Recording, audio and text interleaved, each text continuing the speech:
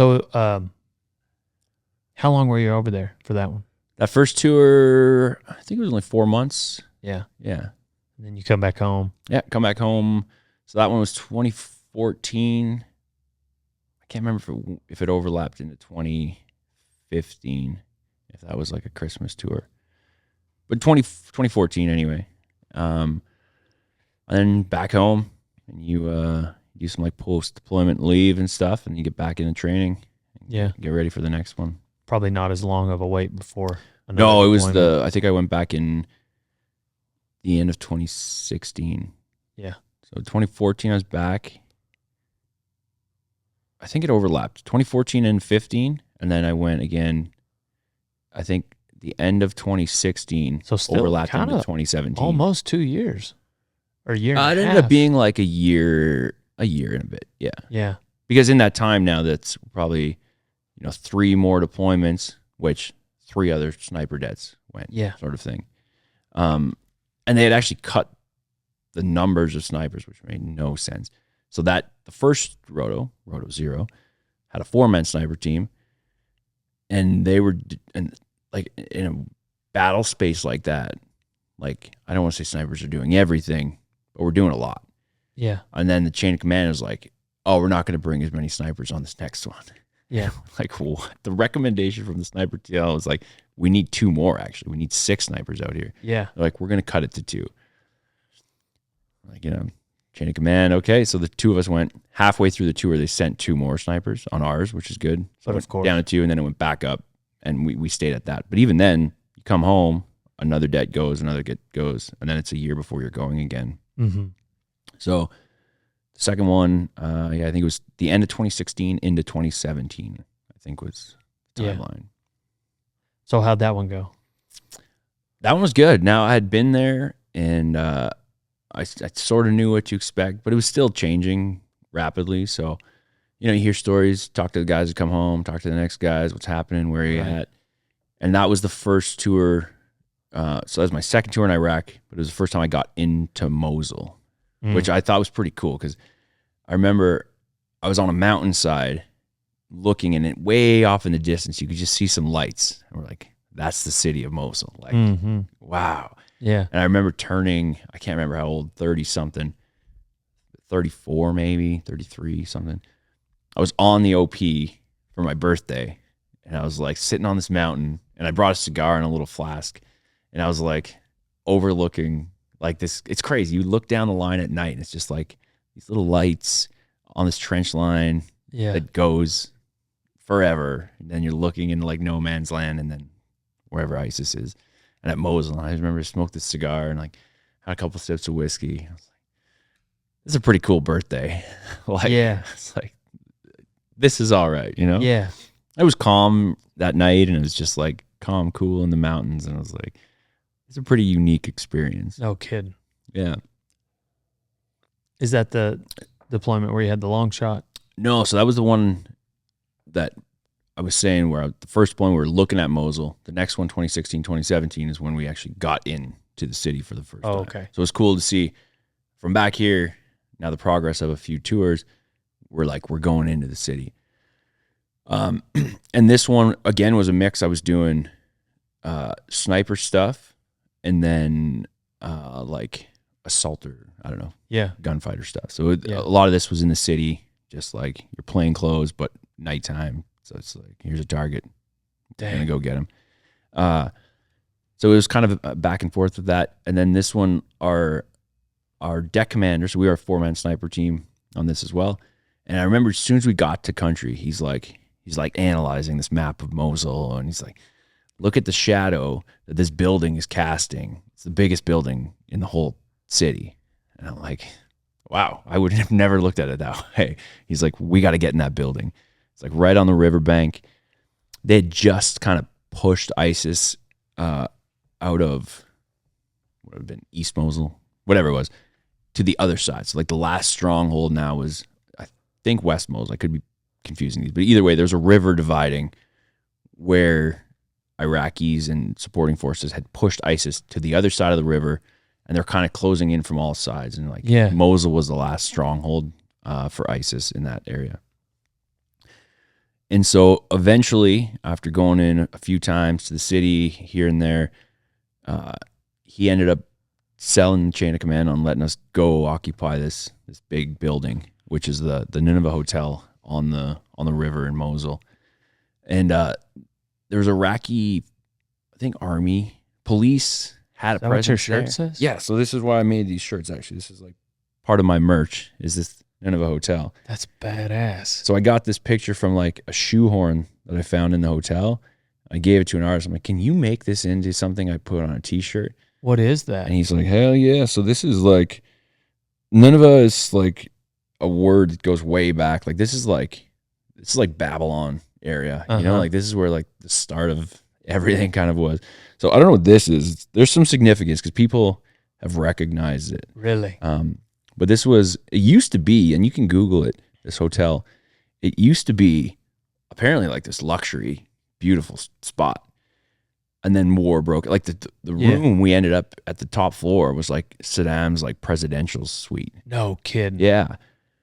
So apparently it was beautiful, like gorgeous river. What was that room like when you were in it? Oh, it was not presidential. When we got into that building, this building had been fought over and bombed. It was just like, it was an absolute disaster. Gotcha. All the ceilings were collapsed. There's just, wood and like a war-torn country type war-torn building. Yeah. I've got some videos I can show you. It's like, it's just crazy. It was a mess. Yeah. But there was an Iraqi force occupying, I think, the third floor or something, using it, looking out to across the river. So we ended up getting approval to go occupy an OP on the top floor. So you just have to walk by them every day on your way to work? Like, yeah. Hey guys, good morning. Go by you. Morning. Sort of. But no, you mean the good guys. Yeah, like the Iraqis that we were helping. Gotcha. Okay. I was joking. ISIS. I thought you meant like there were some bad guys in there. But oh no. Yeah. Wouldn't have been in there long. Hey guys, we're gonna go up here. Yeah. We'll fight you from up there. You be down here. No, but they had it occupied already, the Iraqis, the good guys. So that was part of the sell. Is we're like, look, it's already occupied by them, which means they have like ground level security. Let us go occupy the top floor, and this would be a perfect observation point because we were kind of waiting for the Iraqi forces that we were supporting to push from the north through Old Mosul, which was like the last stronghold. So we would have been in the building perpendicular to this fight, helping support from there. Mm-hmm. And that's how it got sold. And so we moved in there and set up like this massive OP routine. So it was us with some squadron guys and just like a team. Like we had some linguists and a couple specialists and stuff. And we took the top floor, and like the enemy facing side was all kind of where you had to be tactical. And the way we built it in the back, so there's rooms on the back side, rooms on the enemy side, let's say. Mm-hmm. And on the back side, you could chill out, you could your gear's there, your bed's there. I went on like the back balcony all the time in suntan. Yeah. And then you would go up to the front position, and that would be where we would watch and look for targets and call stuff out. But so a lot of that was supporting by airstrikes, because you could see we were there for 52 days, I think. And it was on and off 1 week at a time or 2 weeks at a time. We'd go back to base and just regroup and see. And because we were just waiting for this Iraqi push essentially. But all that time you get to build a picture of the city, mm-hmm. which is like, sniping's like 95% just watching things. So we had an amazing picture build, like where the sniper team communication was like, this building, here's the range here. And I know we both know exactly where it is. So you can imagine looking into a city. I'm telling you like, hey, I see a guy. He's like on the street. And you're like, there's a million streets. We have everything. It's a way you communicate. But if you've been there for 50 days. Yeah. And I think, and like I've said before, like what makes, in my opinion, the most lethal sniper teams are the ones that can communicate fast.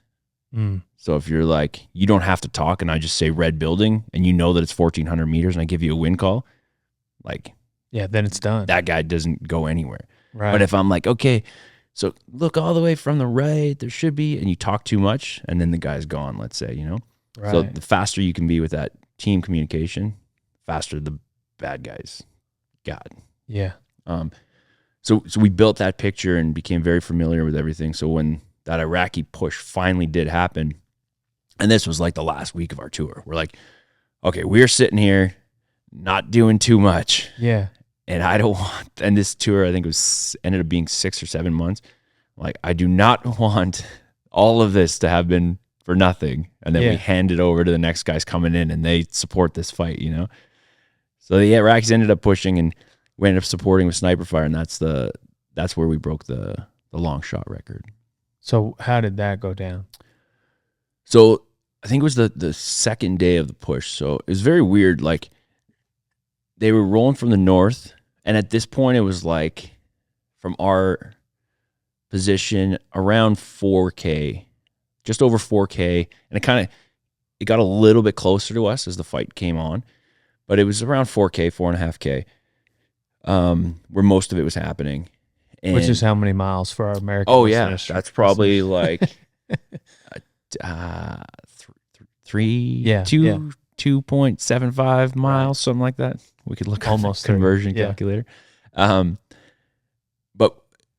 at that point, we were not shooting our sniper guns. We were looking for airstrike opportunities where we kind of support. But the second day, they started getting closer. And I remember sitting with my buddy, who was the TL of our team, Ben, and I was like, I think today is the day we could start engaging. So to back up, before we went overseas, we came down here to Canadian Texas, trained with Accuracy First. And this company, TACCOM HQ, brought this little piece of gear that was a prism. You put it in front of your scope, and a prism just reflects the image. Yeah. Which was a game changer for long range shooting. Because previously, if you know how a rifle works, you're behind the glass, and let's say you can dial your scope, you run out of room at a certain range, right? Like you can only shoot so far. Yeah. And then you can angle your gun up higher if you have a reference point, and you just like that will dictate, other than the round ballistically running out of energy, will dictate how far you can shoot. Kind of like stacking a pin on a bow. Yeah. Okay. Yeah. So like that, and you can imagine you have like 20 pins. You know what I mean? Exactly. So the problem is if you're behind the gun, you can't see now what the spotter's looking at. You're looking at the clouds. If you're lucky, you're looking at a telephone tower or something. So historically, it had been really hard to shoot this far. But now with this prism reflecting the image, you could have your gun where it's required for that elevation or distance. And you can see the target. Looking at the target. The shooter's looking at the target. The spotter's looking at the target. Game changer. So, at what point do you need the prism? How far out? Like it's real handy at like, with a 50 cal, I'd say like 2,400 meters. Because, which is oh yeah, so like is that how far is that? Like 1.5 miles, we'll say. Yeah, something like that. I went to the I did some content for the Army, and I got to shoot with their Army marksmanship unit, and we shot a mile. I got to shoot a mile. Yeah, and it was with a gun almost about like a 338. Okay, I don't know exactly what the gun was. I can't remember now, but it was raining. God, it was wet. It was cold, and so like Perfect. I mean, I'm pretty extreme, you know. So yeah. But anyway, we didn't necessarily need a prism. Yeah, no, most scopes are good. Like even 2,400 meters, like you're starting to work at the bottom of that reticle. Like you can dial up most of it, but then you got to start holding in the reticle, you know, like the pins on a bow, right? Until you're at the bottom of your reticle and you're maxed out for elevation. In like, I could be wrong ballistically. I think it's like between 2,400 and 2,800, somewhere in there. It's like it's more comfortable to just have on a prism and have the guy in the crosshair. Gotcha. So anyway, this little piece of gear was introduced to us, and I think we went out the door with the first one overseas. But when we got it, the point of the story is we were shooting in Texas here, and we were down there with our sniper troop and like some of the chain of command. And when we got it, I was like, I promise you guys, on this tour, we're gonna break the world record. You just had that feeling. I had that feeling. I'd been there, and I was like, what this does for us extending the range, like it's a whole new world. I'm like, Yeah. so I was like, I promise you, we will break the world record on this tour. Yeah. So it was pretty funny. And then, in that hotel, that fight came kind of from the 4K. I really should have had this set up in miles, but to like the 3.5 kilometer range is 2.2 miles. So that's where it was the next day. And that's when we started engaging these guys. And what we were looking to do at first is just, we're sending sniper rounds so that they would run into a building and then we'd call an airstrike. Mm. And we're just, kind of wrangling them up. So the goal, 50 cal. if you hit them, great. Yeah. But if you didn't, the goal was just, to get them. That's right. Yeah. And actually, my buddy, so there's the setup we had when this fight kicked off was shooter spotter on one side, it's a four-man sniper team, and maybe 8 to 10 feet over was another shooter spotter team. So there's the four of us, and we're working together, and then just working like in our own little team. So we're kind of just talking back and forth. And at this point, there's a fight happening down there, 3.5 kilometers away. So we moved forward, not like right to the edge of the balcony. We're still sucked in the room, maybe 12 feet or so, but moved forward a bit so that our arcs were wide open, and we were just like, okay, now we can talk out here. There's a fight happening down there. They're not looking this way 3.5 kilometers for anything because they're fighting in the streets. So we moved forward a bit, and that's how we were running. Two guys, and it was off these big like dinner tables we found, sort of thing. So the 50 cals on top, spotter behind the shooter. And you're laying down. Like you're like shooting from a table. Okay, so you'd be like sort of like hunched over, standing. The spotter's behind, either sitting on whatever or standing. And we just swapped out back and forth like shooter spotter. So my buddy on the other gun, so Ben and Josh were on the gun to my right, which is our TL, and one of the other guys in our det. And I was a 2IC with like my shooter Scott. And Josh had sent around, and it ricocheted and then hit a guy, and it was like, maybe 2.4 miles, something like that, 2.3 miles. And we were both watching this area, and we're like, wow, like that's the longest shot I've ever seen hit somebody. And this guy dropped, and he was on the ground, and they have these little motorbikes ISIS did that would like go pick up their casualties and bring them off to wherever they were treating them. And we're like, So he broke the record. Well, it was a hit. He didn't kill the guy. Yeah. So we're like, it's just the longest shot I'd ever seen hit somebody. And it was a ricochet off the ground too. Right. But we're like, wow. And then shortly after that is when a bunch of fighters were engaging these Iraqis that we were supporting, sent some rounds, and they hit in this building. We called an airstrike, but it was a dud. Like the missile, like the bomb didn't go off, which was rare. I'd never seen it before. And then out the back, like second story window, this guy started lowering his fighting equipment, and you could see him. He's lowering his AK.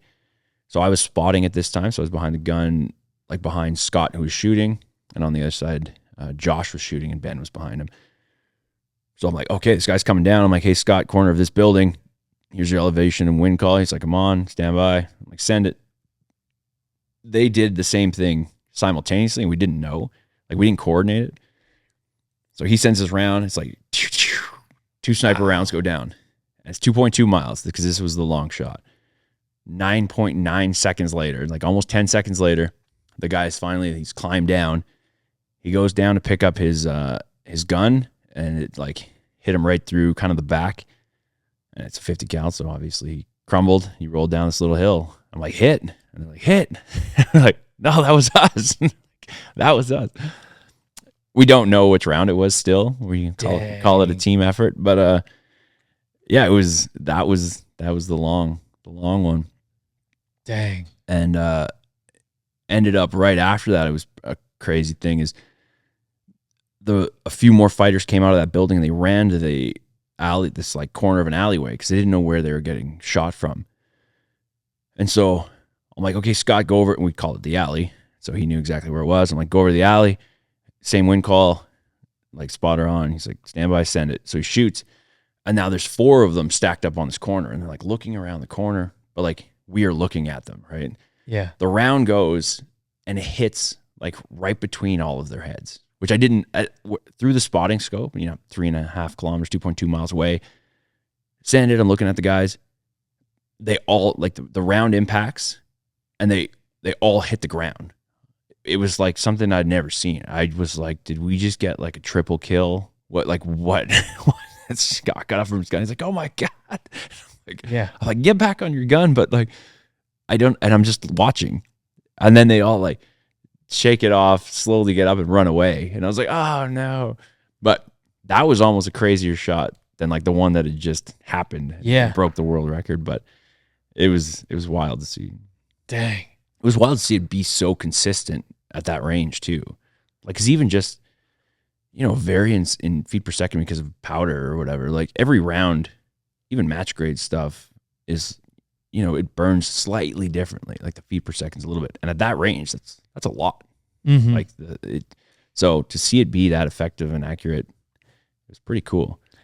So you wouldn't be able to shoot the 2.2 mile shot with a, without the prism. You wouldn't be able to see the target in a scope. That's right. You wouldn't it would be a lot of luck. Yeah. We'll say. Because your reference point, the shooter, would be looking into the sky. Right. Unless there was just so happened to be a telephone tower where it could be like, okay, move up 10 mils. And you can like on the telephone tower, okay, there's where my whole point of aim is. Okay, I'm up 10 mils, send it. You know what I mean? Yeah. Now give me 2 mils to the right for a wind call. And you're just like, oh my God, you're measuring all these little lines. Right. It's just way better. Yeah. When you can both be looking at the same target. Is that something they're all using now? I would assume so. I mean, I'm out now, but we definitely are. And I know the TACCOM HQ is the company, and they have got their products out to the right people. Yeah.